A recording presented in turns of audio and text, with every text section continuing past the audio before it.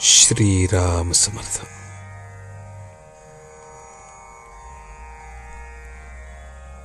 नामाचे सूक्ष्म स्वरूप.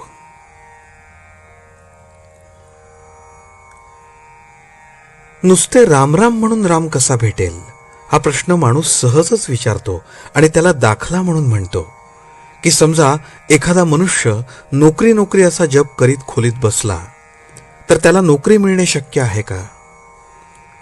वरकरणी हा दाखला अगदी बेमालूम दिसतो खरा, पण थोडासा विचार केला तर तो इथे मुळीच लागू पडत नाही असे कळून येईल.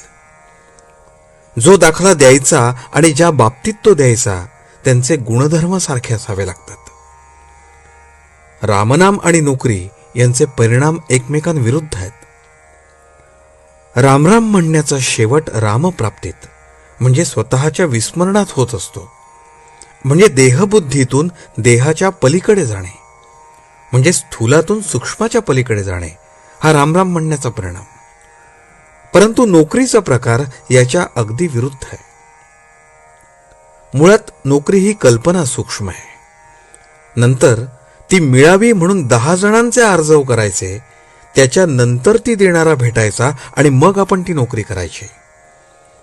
म्हणजे नोकरी या कल्पनेतून सूक्ष्मातून स्थूलात जाणे हा नोकरीचा प्रकार.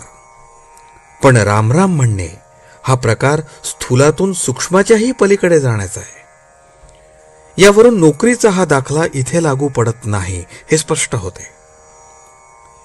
दुसरी गोष्ट म्हणजे नोकरी नोकरी असा जप करून नोकरी मिळणे कठीण हे तर खरेच, पण रामराम म्हणून राम मिळणे कसे सोपे किंबहुना कसे हमखास शक्य आहे हे पहा.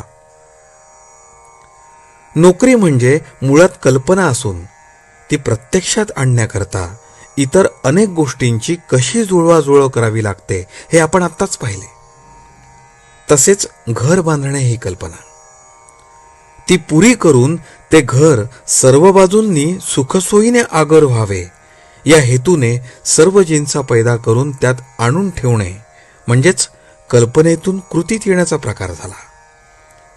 आता हे करणे किती कष्टाचे आणि अनिश्चित आहे याचा अनुभव सर्वांना आहे.